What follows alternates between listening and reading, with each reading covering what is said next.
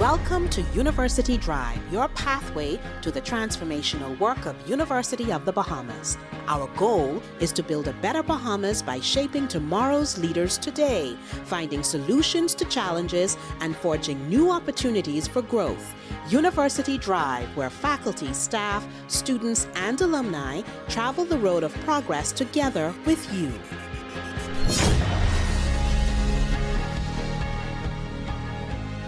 Hello and welcome to University Drive.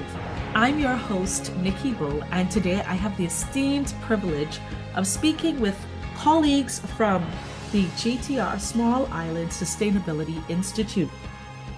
Of course, we all know that sustainability has been the buzzword and has been garnering a lot of attention in recent years, particularly as we talk about small island sustainability, as we talk about climate change and global warming and the impact it can have on small island developing states. Well, the University of the Bahamas is remaining ahead of all that's happening. My guests today are Dr. Carlton Watson, Interim Director of Small Island Sustainability, Solomon Amonkwa, Assistant Professor of Environmental Sciences, Dr. Kristen Welsh-Onwalla, Assistant Professor of Environmental Sciences, Dr. Valier Delaveau, Research Scientist in Marine Sciences. Lady and gents, welcome to University Drive. Thank you very much. Thank you for inviting us. So I want to get right into this conversation, and I want all of you to chime in, particularly as it relates to your various specialties. But I'm going to start with you, Dr. Watson. Tell us what is the GTR Small Island Sustainability Institute all about, and what is its key mandate? Okay. Great question. As you noted, the GTR Campbell Small Island Sustainability Institute was really a gift and the vision from the Freedom Foundation, and Dr. Brenda May Claire, who was the dean at the time, wrote a grant to secure the funds to create the structure and also the programs. And the vision of Small Island Sustainability is really to address critical areas necessary for the environmental, economic, and social sustainability of the country. And we all know that one of the biggest threats, and also to address the threats to sustainability, and as we know, one of the biggest threats is climate change. But it started at that time and still continues with a strong focus on food and agriculture and the environmental sciences. So this SIS, as we call it, is really a focus on some cross-cutting areas in marine, environmental sciences, ecotourism, sustainable development, sustainable agriculture and fisheries, and integrative planning. And to support research and teaching in that area, we have developed a set of labs that will enable us to conduct high-level research that can inform policy, that will produce data so that we are making decisions with the best available data. And we also have a strong focus on addressing sustainable livelihoods and the needs of our communities. As you know, we are an archipelago, and it is a part of our national psyche that we do not leave our family islands behind. And so a lot of the work that we focus on is also to address the sustainability of those islands. And I must add, also, we see SIS as a hub for the country and the institution to bring together practitioners and faculty from varied disciplines to engage in research and teaching and to address national needs. And we work closely in looking at the National Development Plan to ensure that our program aligns and is responsive to that. And so one of the things we are often doing is working with a lot of the NGO community and working with the government so that we work collaboratively to address some of these very complex problems. Dr. Watson, you said a whole lot, and I just kind of want to recap some of what you said for the sake of our listening audience. You spoke about the environmental, economic, and social sustainability, and that being part of the driving force behind GTR, Small Island Sustainability Institute. And then you spoke about food and agriculture, environmental science, marine science, ecotourism, and integrative planning. Now, when we think about sustainability, I know a lot of times we kind of use that word loosely and casually, but from a scientific standpoint or from the expert standpoint, what really is the crux of sustainability and why is it important? And I'd like all of you to chime in from your various areas of expertise. Sustainability really covers the three pillars that you just mentioned and that Dr. Watson previously mentioned, looking at economy, society, and the environment, and how they work together, how we can live sustainably. We're addressing environmental issues within the country, but we have to do so in the context of the greater economy and society as well. And I think a lot of what we teach within the SIS program and what we're studying is that many of the sustainability and environmental science issues that we come across are really unique to small islands and unique to the Bahamas. So we're trying to address environmental problems within the context of being a small island nation and all that's unique about it. Also like to add that we don't live on an island in terms of being globally, because we're not isolated. We are isolated on a small island, but we are part of the international community and we are impacted by everything that goes on around us. You know, the statement that if the US sneezes, we catch a cold. That is so true in so many ways, because we're great consumers. Most of the first world nations impact climate more than we ever could. We're such a tiny nation and we're just a part of it. Our fisheries, our marine ecosystems are all impacted by everything going on globally, not just locally. There is local impact, of course, but we are all impacted by what's going on globally on a large scale.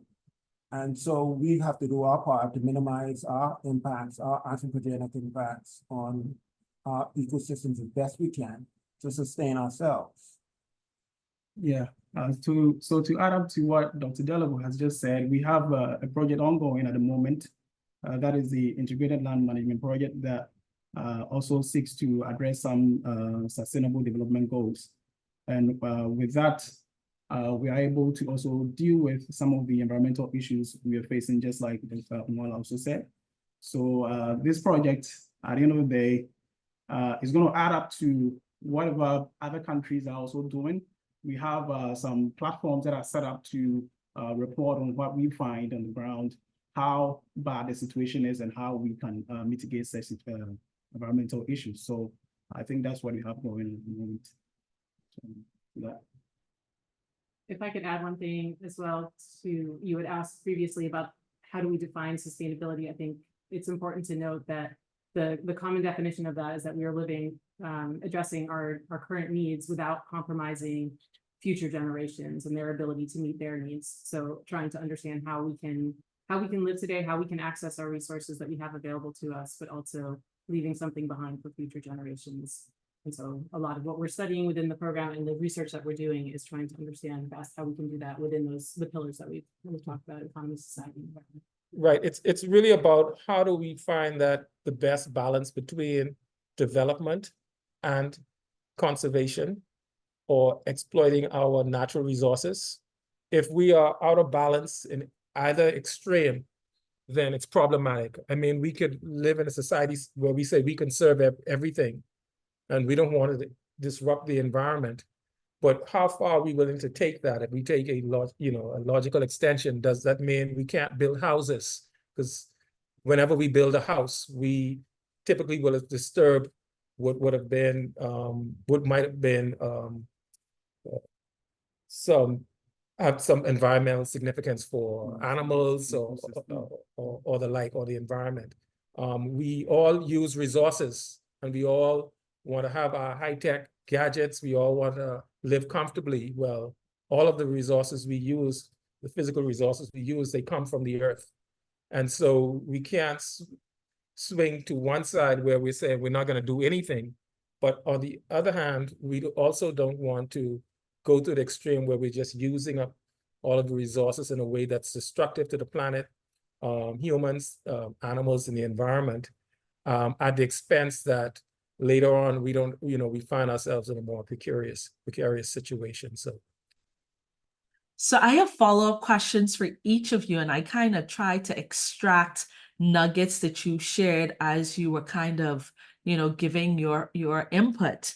And I'm going to start with Dr. Anwala because she said she kind of gave the definition, addressing current needs without negatively impacting future generations. So when we talk about, and then Dr. Watson, you spoke about that balance between development and conservation. So I'm going to tie this all in, or I'm going to try, and I'm going to depend on you guys because you're the experts, right? Dr. Anwala, you said that there are some environmental problems that are unique to small islands and the Bahamas. What are some of those environmental issues that are unique to small islands in the Bahamas? Because a lot of times, for those of us that are not experts, that are not in the field, a lot of times we're basing this off of hearsay or off of emotion or what we think, and not necessarily the research or the realities of what the scientists are seeing and the evidence that the scientific worlds may have. What are some of those problems and challenges that are unique to us? Sure. A lot of the issues that we're dealing with are because of our limited land space. So I'll take my area of expertise as an example. I'm a freshwater hydrologist. I think a lot of times living within this environment, we think we have plentiful access to water because we have water all around us. But the reality is that we have very limited water, fresh water that's available. If we want to convert our seawater, we do have desalination plants, but that requires an intense amount of energy. And that also contributes to greenhouse gas emissions and climate change. And we're trying to combat the issues related to climate change. So we have very limited fresh water that's naturally available to us, and we have to think about how we can best utilize those resources. So in the past, in particular, before we even had desalination, we were relying on drinking water that came from the ground within our freshwater lenses, but there's a very limited amount of that. And many islands that are not largely populated, like Nassau, are still relying on groundwater. And so that is an extreme challenge when you have essentially anything that's happening on the land can contaminate or can impact your groundwater. Another example is what I just mentioned with climate change. All countries are dealing with climate change, but we are an island, an archipelago with very low altitude, with very low elevation. And so as sea level rises, it impacts us even more significantly and more of our land space than larger countries. Looking back at freshwater, as I just mentioned, when you have sea level rise, then it can essentially contaminate your freshwater lens with seawater as the salt gets in, so you don't have freshwater sources available. So there's a lot of different challenges that span anything that we're looking at with the environmental sciences. It's really you have where a lot of those issues are exacerbated here being on a small island. And so a lot of our program and classes within our program focuses on those unique challenges. Thank you for that, Dr. Anwala. So, Dr. Delaveau, you mentioned that, even though we are a small island, we're not isolated. We're part of the global community. And you made the analogy that when the US sneezes, we catch a cold and we're impacted by everything around us. What are some of those things that impact us that the ordinary person may be oblivious to or totally disregard, that is impacting small islands and particularly the Bahamas? Well, the Bahamas is a nation. The individuals tend to think of ourselves as first world because we have access to so many things that we bring in the country. We import virtually everything we use, consume, TVs, radios, and yet on such a small landmass. The fact is, everything we use, they tend to have a short lifespan. And what do you do with them after? The Ecological Park has done such a great job in recent years reducing our footprint in terms of waste, pollution, all the rest of it, but we still have a very long way to go because our attitudes, packaging, everything has a space where it needs to go, has to be utilized, recycled in some way. And yet recycling is almost non-existent in this country. There's very little that is done, and we bring in everything, and that's a major challenge for us. So a lot of nations reuse waste products to produce energy. That's something we don't do on any kind of large scale. Then we have a long way to go in terms of being sustainable, ecologically and environmentally sustainable. There's so much we can do to offset pollution, waste, greenhouse gas reduction in the country. I think that's just the start of it, but there's a lot we need to do in terms of the marine environment. One of the big problems we have that it starts off globally is ocean acidification. And that impacts our fisheries in terms of shell production, of gastropods, crustaceans, the skeleton structures of many fish. Ocean acidification impacts those, slows the rates of growth, slows the rate of reproduction. And so we are impacted in many ways, but we don't contribute much to that in terms of the ocean acidification. There's very little we do to cause that, but we are certainly impacted by it. So that's just one of the ways that we need to be aware of and, do what we can to support conservation, recycling methods, whatever we can do to reduce our losses in that way.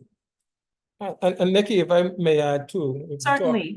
If you talk about how, we're impacted by, outside of the Bahamas, when we look at how our economy is set up, a large part of our economy, as we know, the largest portion, we are tourism-based economy. And so there are unique challenges just with regular land-based folks who fly in, the footprint.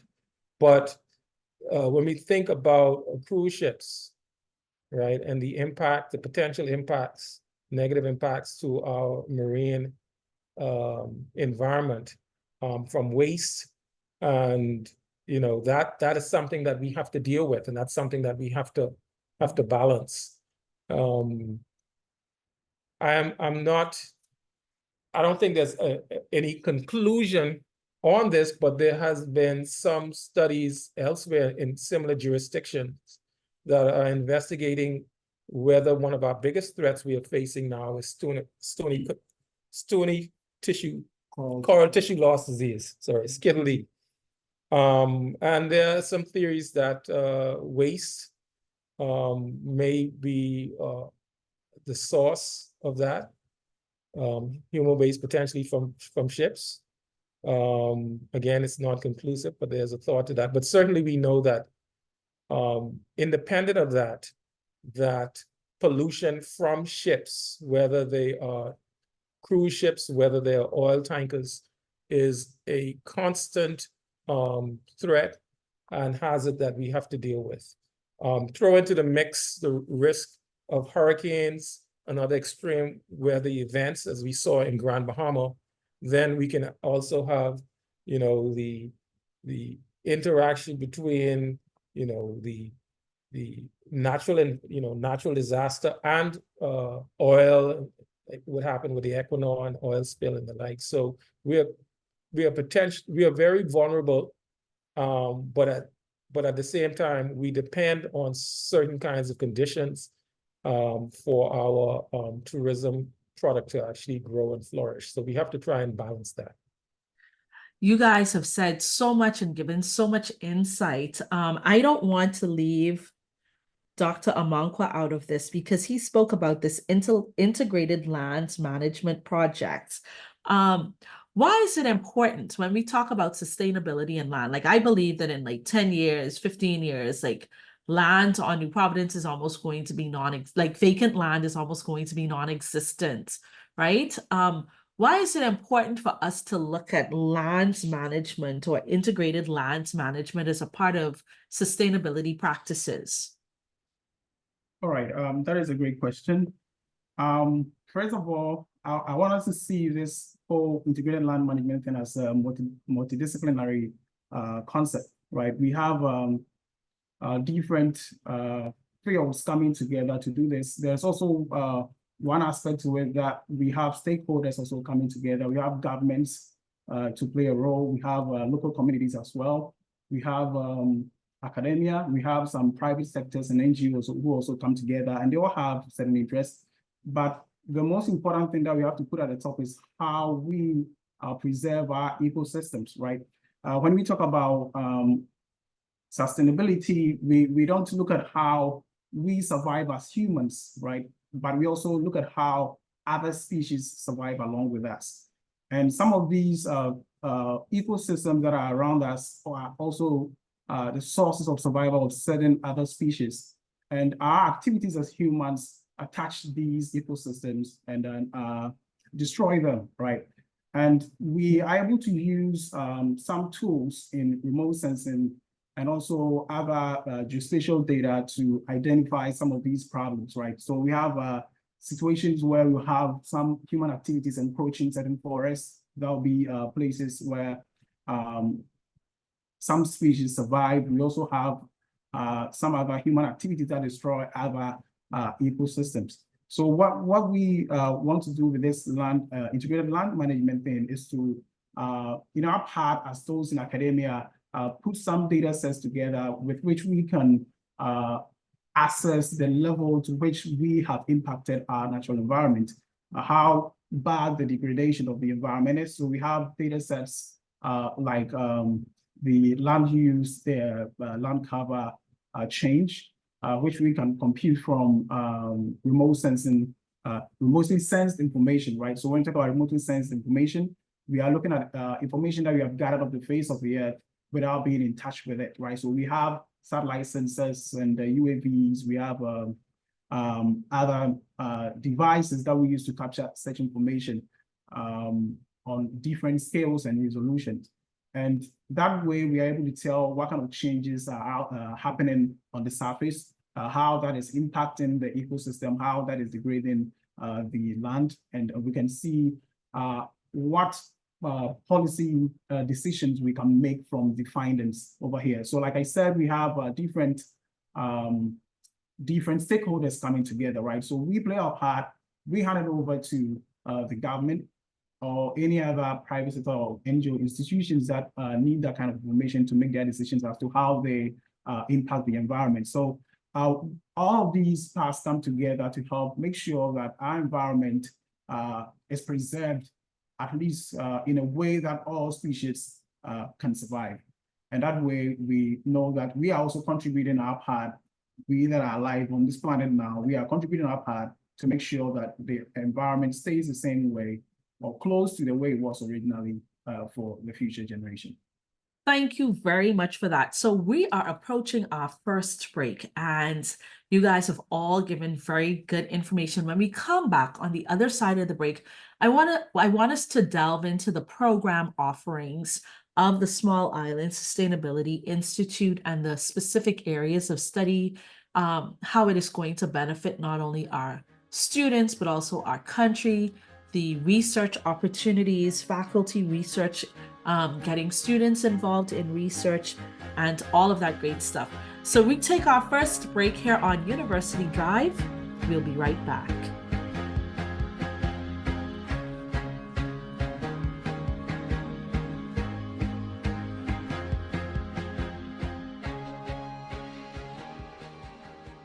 The one big draw of doing a doctoral degree here is that you don't have to move and you don't have to take your family to a different place, and so you can do it right here. The same abilities that you would have in UK or with America with being able to research is available here. And we now have all these facilities, and so they can take advantage of it at a much cheaper cost to the individual. Chapter One Bookstore is proud to serve the students, faculty, and staff of the University of the Bahamas and the community at large. We are the premier choice for the purchase of university textbooks and supplies, and UB logo apparel, paraphernalia, and gifts. We also carry a wide variety of school supplies, learning aids, and leisure books. Visit our copy center for all of your printing, copying, and binding needs. Chapter One Bookstore is located on the ground floor of the Michael H. Eldon Complex on University Drive. Shop with us on Monday through Saturday. You can contact us at 397-2650 or email at chapter1@ub.edu.bs. Follow us on Facebook and Instagram at Chapter One Bookstore. Chapter One, the premier choice.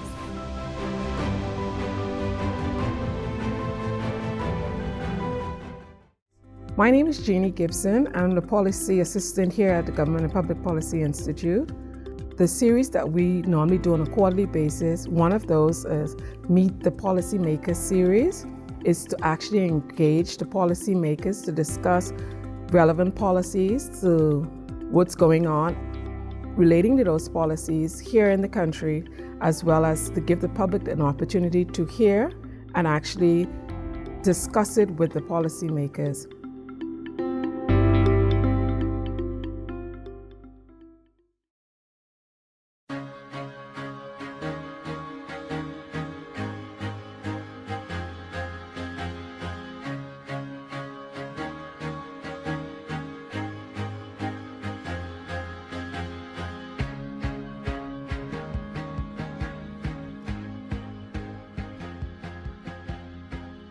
Welcome back to University Drive. If you're just joining the conversation, today we are talking about the Small Island Sustainability Research Institute at University of the Bahamas. My guests today are Dr. Carlton Watson, Interim Director, and his expertise is energy development and policy and sustainable development. Solomon Amankwa, Assistant Professor, Environmental Sciences, and his expertise is remote sensing, geographic information systems, and disaster management. Dr. Kristen Welch Unwala, Assistant Professor, Environmental Sciences. Her expertise is hydrology, climate change, and stable isotope analysis. And Dr. Valier Delaveau, Research Scientist, Marine Sciences, and his expertise is fisheries, marine policy, and marine biology. We had a very interesting conversation before the break, and it was kind of a cursory to, getting an understanding of small islands, of sustainability, the importance of our small island sustainability, how the rest of the world is impacting what's happening here, what sea level rise is all about, the environmental problems that are unique and not so unique to us, what it means from an environmental, economic, social standpoint, and why sustainability is so important. Those are some of the things, the general things we covered before the break. Now we're going to delve into the programs here at University of the Bahamas. And I want each of you to tell us a little bit about what the program is in your area of specialty, and what are some of the unique features and some of the program highlights. Dr. Watson, I'm going to get started with you, and then we can go to Mr. Amankwa, and then Dr. Unwala, and then Dr. Delaveau, in that order. Okay. Okay. The original programs, this is really an exciting time for us, because when we made the transition to university, we looked at our programs with a view to revise them. And so at that time, we put a few programs on hiatus while we were developing or revising them. And so originally we had a program in policy, one in environmental science, one in sustainable agriculture, and another in ecotourism. So currently, while we have admissions in sustainable agriculture, we are really focusing on the marine science program at this point. We found that this is where we've had the greatest amount of interest, particularly folks wanting to be marine biologists. And now we're going through and developing the environmental science. So we're taking a step by step. We want to make sure that whatever we produce, we're building off the knowledge from offering those past programs over the last 10 years, and we've produced some excellent graduates. And we want to ensure that as times change, as our knowledge change, as our expertise change, that we revise the program. So the new program in marine science is in many ways radically significantly different from the original program. I think it also reflects a change in our thinking. We are focusing more on ensuring that students have a very we've added to the fundamental preparation in this program. So sciences and the math are more pronounced in this program. Opportunities for research. We know that we have to serve the needs of the country as a national university. So we're producing students who hopefully can opt to go to university and do graduate degrees, but also folks who will work at local NGOs, who will work for government, and even we have instances of graduates who've gone into entrepreneurship. And what we found, all of them have done, as far as I know, all of them have done very well. As fast as we can graduate students, we find that they find jobs. And so this new program, another added feature to it is a study abroad component. We want to ensure that students get exposure beyond our shores. And some of that study abroad can include even international experiences in the Bahamas. We're exploring partnerships with institutions to work on a family island where they bring students and faculty, and with our students and faculty where we can have unique learning environments. And that's the other focus is, and this is one of the key points why I think I can say clearly that the advantage of a University of the Bahamas degree is that the kind of exposure you can get, especially if you're thinking about returning to the Bahamas, but also network of researchers from everywhere. The Bahamas is, you'd find faculty from and researchers from Europe, Asia, of course, United States, particularly many of our Florida schools. So we have world-class faculty here integrating with our world-class faculty. And so your network is going to be that much greater, as well as we have folks who are decision makers in the country who we interact with, who can teach or do teach modules in various courses. So I know I've said a lot, but the program is really about ensuring students have strong fundamentals. They have experience and exposure, not only to New Providence, but the Family Islands and internationally, and that it builds in enough flexibility to prepare them for graduate studies, or NGOs, government, or for entrepreneurship. And that's in the marine science. And now we're in the point of revising or developing an environmental science program. And Dr. Anwala is leading that while focusing on looking at our graduate programs, because that's the next step that we need to take. And that's why we are going out and recruiting the best faculty we can. That's why Dr. Amankwa, who is a remote sensing scientist, artificial intelligence, is here. You talk about some of the unique environments. And forgive me, when I start, it's hard to stop, so I'm going to stop it a bit. But you talk about some of the unique challenges that the Bahamas face. Well, our archipelagic nature is one of the biggest challenges and most unique. If you look around the Caribbean, even in the region, there's no other country in the region that has the kind of spread in terms of geography. In fact, you can almost fit, can you fit the Eastern Caribbean, a large part of the Eastern Caribbean, several countries within the Bahamas, all of the Eastern Caribbean states, right? So why we are focused, and that's the reason we are focusing on remote sensing, using the best technology, artificial intelligence, various kinds of geospatial visualization, because it's virtually impossible for us to monitor and to be all of our space, right? We still have to be on the ground, but how can we use the latest technology to minimize the amount of time we have to spend on the ground and maximize the use of technology? And that's why we are making a strong push in the artificial intelligence space, in the remote sensing space. Thank you for that, Dr. Watson. I now want to hear from from Solomon Amankwa. You spoke about his the unique skills that he brings in terms of the artificial intelligence and the remote sensing.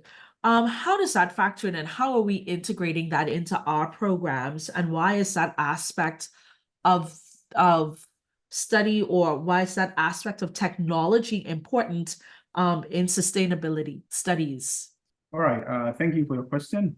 First of all, there are certain kinds of analysis. Okay, we need data, or we need information to actually understand how our environment is changing over time, right? So that is why we have these remote sensing technologies to help us do that. There are some places that we will not be able to reach, right? We will not be able to reach. But when we have some sort of remote sensing technology like these satellites, we are able to reach these places, right? So sometimes if you want to do some kind of monitoring, environmental monitoring, you need remote sensing data. Dr. Watson talked about something like oil spills and all that. And sometimes these are not very feasible if you want to be on the ground. You have to use remotely sensed data, right? So we are integrating this into the program because students will learn how to capture and analyze these kinds of data sets for environmental monitoring and even for some kind of disaster management, right? So we know the kind of unique nature that the Bahamas has. Dr. Watson just mentioned it. But when you look at the geography of the Bahamas, we see it is generally a low-lying area, and we know how the Bahamas is also prone to some of these hurricanes and all these natural disasters.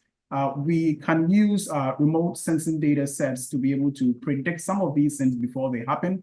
We can also use these data sets to also understand the impact. We can understand where and to what extent some of these disasters are going to hit, right? So students need some of these skills to be able to do some of these kinds of analysis, which we know will safeguard the lives of Bahamians and their property and everything that concerns them. Thank you for that. Very critical information and integrating technology, because we know that the way of the world now is moving into technology. So it's good to know that our students, and then you spoke about remote areas and not being able, humans not necessarily being able to access those areas, but using the technology to access those so that research or gathering information is not hindered by lack of access. Dr. Anwala, we're going to turn things over to you now and your area of specialties. You spoke about being a freshwater hydrologist. What does that mean for the person that has never heard that term before? That means that my focus is freshwater, so not looking at ocean water, and essentially how water moves through the landscape from rain to the point when it goes into the soils and entering groundwater, and how much we have, essentially how much water we have available to us as humans and how much is available on the land.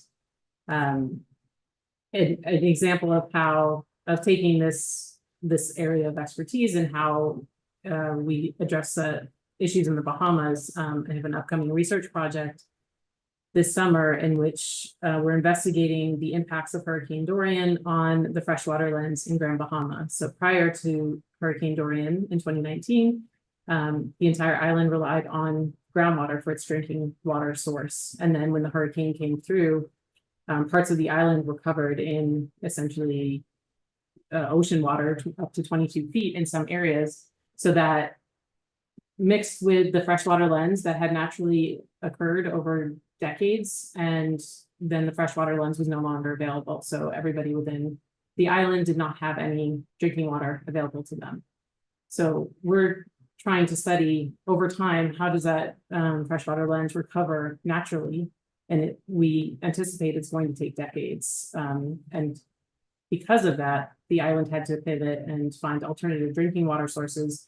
Immediately after the hurricane, we had to essentially ship in fresh drinking water, and they have since moved to desalination. But ideally, we're able to look at other islands and use this as an example for situations that may occur and better plan our drinking water sources, because in some islands, desalination is not feasible and it's not economically feasible given the population size that we have. Thank you very much. And Dr. Delaveau, it's your turn now. Marine policy, fisheries, marine biology. We are surrounded by water. We love to fish. And why is it important for us to have fields of study devoted to this? I know we've been an agriculture and fisheries nation for a long time, but not necessarily had the textbook knowledge. It's, a lot of it has been passed down from generation to generation. Why is it important to have university level or tertiary level education devoted to these things, and how is that going to benefit us in the future? The whole idea of the GTW sustainability complex is the keyword sustainability. We in this country have always depended on our fisheries. Even the fisheries contribution to our GDP is approximately twice that of the agriculture component, and we certainly need to feed ourselves. And so it's been a great benefit that our fisheries have always been relatively strong. However, in some quarters, fears are being heard that we're overfishing. There's talk about the grouper being overfished, the conch being overfished, meaning they are not being sustainably managed. And therefore, we could run out of conch. We could run out of groupers. We could run out of snappers. Now, my job as a fisheries biologist is to do the research to find out whether or not they are sustainably being managed, so that we can ensure that I can fish, my children can fish, their children can fish. That we won't have to, again, we already import many things. And we are even now importing fish, but do we need to import even more just to meet our needs? So we have to do our part to fish sustainably in our environment. The Bahamas is 97% marine. A lot of Bahamians don't even know how to swim. That's one of my peeving points. And I actually teach a scuba course here at UB. You can now learn to scuba dive for credit here at UB. And if you want to be a marine scientist, you should be able to work in your environment underwater to study the corals, to study the reef, to study grouper populations, grouper aggregations, to map the conch beds, to see how they respond to the vegetation, the sediments. All of these are important components that we take for granted right now, but we need to know for certain whether or not we are managing those resources sustainably. So it's very important for us as the local fishermen to know that he's doing a job not over harvesting, not catching minimum resources below a minimum size, because he might question, why is there a minimum size? And we want to provide the proper advice to government as to give them the management tools they need or the rules they should adopt so that they are and can set rules in place so that the resources can be sustainably managed. That's a key component, and we've taken it for granted for so long. One of the things I've always said is the Bahamas' saving grace has been our sheer size. As you mentioned earlier, the Bahamas stretches from Puerto Rico all the way down to Trinidad and Tobago. The entire Eastern Caribbean can fit within this one country. And yet our population is still relatively small. I mean, island of Trinidad and Tobago, which is less than the size of Andros, has over 1 million people on it. Jamaica, which is slightly larger than the Bahamas, but has over 2 million people on it. And we're approaching 500,000 now. And so we've taken the available resources for granted, thinking that because our country is so large and our population is so small, we can harvest without care of managing our resources sustainably. And I think that's something we really need to pay attention to and act toward so that we can manage our resources and so that, as I said, our children and our children's children will still have our resources available. Lady and gents, we have to take another break here on University Drive. When we come back, I want us to talk a little bit more about the future prospects of SIS. How do we get students that are in high school interested in marine science, interested in hydrology, interested in small island sustainability, exposing our students to that, getting parents aware, making them aware, providing them with employment, information about employment opportunities, because a lot of people are like, well, you know, where can I find employment as it relates to this? You guys shared a whole lot of things, but I think a lot of times students in high school in particular are not able to connect the dots between the studies and careers unless they've been exposed to that. So I want us to share information with our listening audience so that they can now be the mouthpiece for us about getting information out there and encouraging students to enroll in this program and to pique their interest. We take this quick break. We'll be right back on University Drive.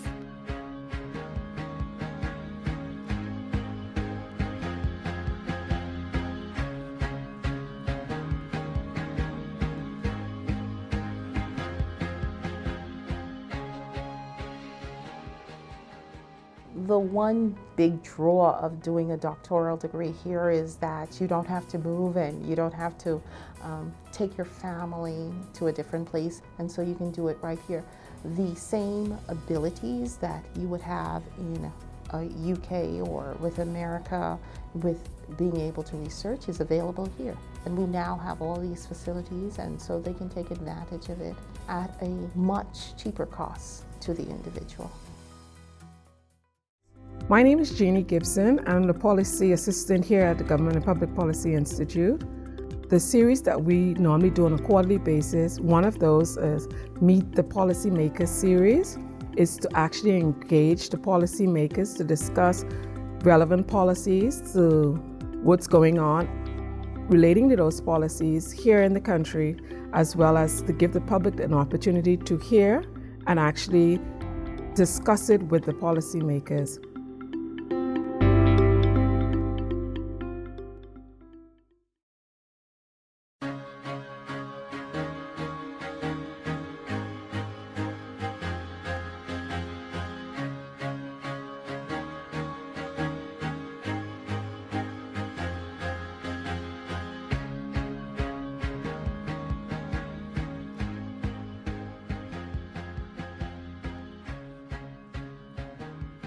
Welcome back to University Drive. I'm your host, Nikki Bow, and today we are talking about small island sustainability and the Research Center here at University of the Bahamas. I'm joined by Dr. Carlton Watson, Solomon Amankwa, Dr. Kristen Welsh-Anwala, and Dr. Valier Delvo.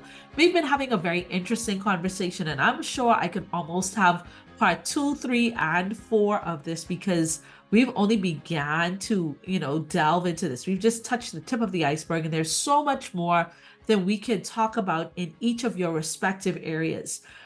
But as we begin to wrap up the show, I want us to speak specifically and directly to students that are in high school that are doing sciences. Like I did physics, chemistry, and biology in high school, but I knew nothing about marine science. I mean, I was not exposed to that back then, except through GGYA, and that was, that was recreational more than anything else. How do we pique the interest of our current high school students to expose them to the possibilities that exist here at University of the Bahamas and future careers for them? I think I'll take that one since I can't speak as an environmental scientist like my esteemed colleagues here. This interview, this show, and similar shows, I think is a great avenue to get the word out. But I also want people who may not be aware that at one point we had a very thriving, until we stopped when we had a pause in the program. So to a great deal, I'm not as concerned about convincing students to go into the marine and environmental sciences as I may have been, say, 10 years ago, when we found that most of the biology students wanted to do medicine or some allied health field. We're finding now that a lot of young people are concerned about the environment, certainly about climate change, and want to play a part in be a part of the solution. And so I think it's really a matter of them knowing that this program exists. I think that's the main, that there's a program that exists. It's a very strong program. We have lots of very qualified experts here with very distinct research, as I mentioned, the 3 PhD professors here. But also, I would be remiss if I did not note that as we've developed this program, we've been very intentional about developing our program in Grand Bahama. And so we have also the opportunity, it's possible for a parent to even say in Nassau, to say their son or daughter can travel to Grand Bahama to take this program as well. And as far as I know, if they're a full-time student, not only will their tuition be paid, but they will also be given a monthly stipend for rent. And so that, I think, opens up the possibility for parents who may want their students not to, to get exposure beyond New Providence.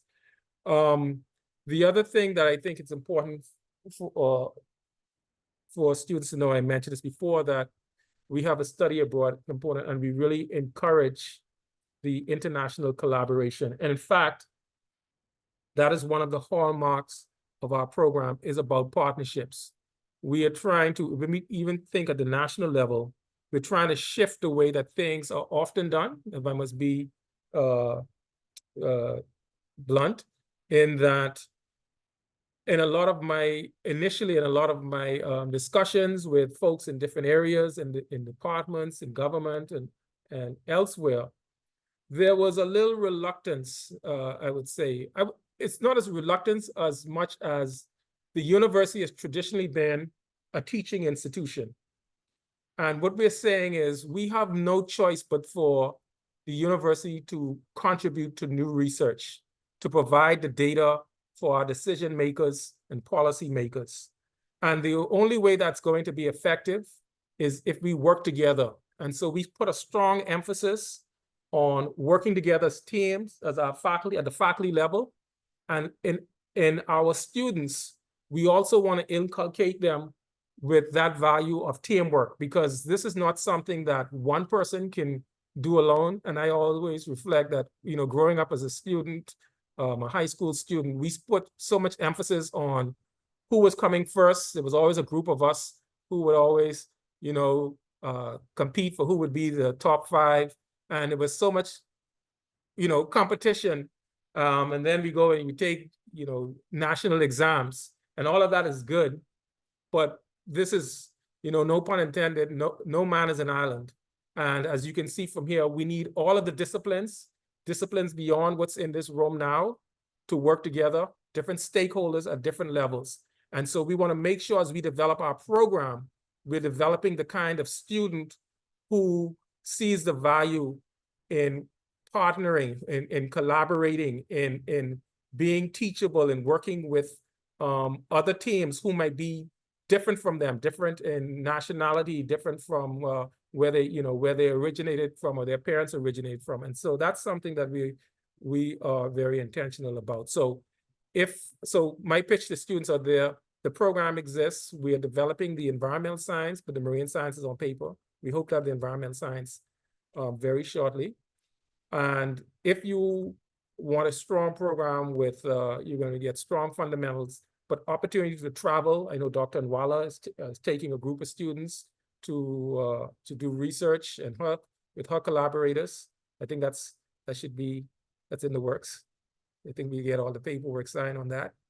And that's something we've done. We've taken students to Grand Bahama, and we'll be traveling. We have partnerships with other international and local NGOs, and we really want to put the focus on student experience.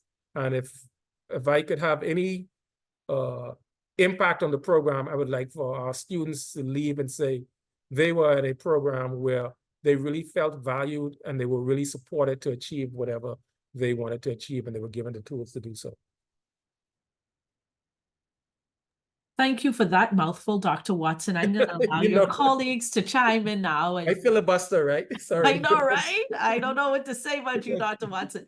But anyways, I'm going to allow your colleagues to chime in and talk about their areas and what they would say to that prospective student who may have an interest but not be certain. How would you encourage them and their parents to take advantage of the program offerings and opportunities here at University of the Bahamas? I would say that we are really looking for students who are interested in working outside, who care about their country, who care about the future of their country, because we have so many opportunities to work right now, that students have opportunities to work hands-on in doing some of the conservation work that's going on in the country, both with partners, as Dr. Watson mentioned, through internships, through research opportunities, and through their own individual research. I have the pleasure of teaching both an internship class and a research class where students get to explore their own interests in the research capstone class, where they get to design a project that they're really passionate about and investigate it. And in the internship class, students get to work in opportunities all over the islands, and explore their areas of interest. But students who come through the program are really excited to be able to work hands-on with country. I think more than any other science programs that we have throughout the university, possibly, the students are really doing hands-on work. And so they have a great opportunity to do that through the SAS program. Yeah. Tell us, what does that hands-on work or hands-on experience look like? I mean, I know a lot of times, a lot of courses are really classroom-based, but when we talk about hands-on experience, what could that possibly look like for a student? Oh, well, I can start off, for example, just at the end of last semester, the students were involved in a project. We had a class of students involved in a project that took them to Grand Bahama, looking at mangroves, carbon sequestration. And we know the government is very actively looking into gaining funds internationally, global funds, toward to benefit the country because of the role our carbon plays, our mangroves play, our seagrass play in sequestering carbon from the atmosphere. And blue carbon is a big deal right now. It's being spoken of globally everywhere. And the Bahamas is among the leaders in this area, where we're doing research, quantifying our carbon that we have, and leading international fora about the way forward in this area, because we are sequestering carbon to a great extent, which benefits the entire world. There's a great benefit, and so we are getting funds to help with this field, and students can work directly with the data collection, with the management of these projects. And so it's a great deal for them. They can be active, their internships, their jobs to be had afterward, working in the fields, the technology they use, the knowledge they gain is certainly useful to many of the NGOs.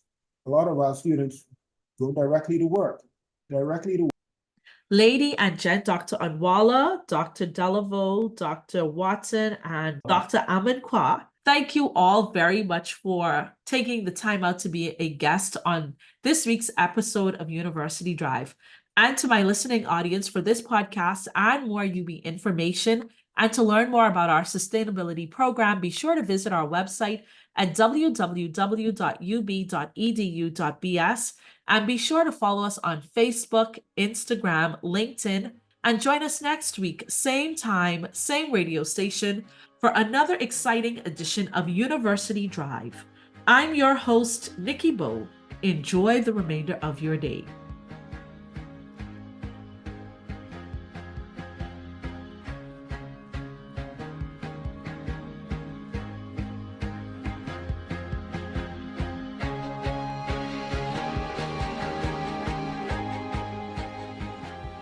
University Drive is a production of the Office of University Relations and the Communications and Creative Arts Academic Unit at University of the Bahamas. All rights reserved.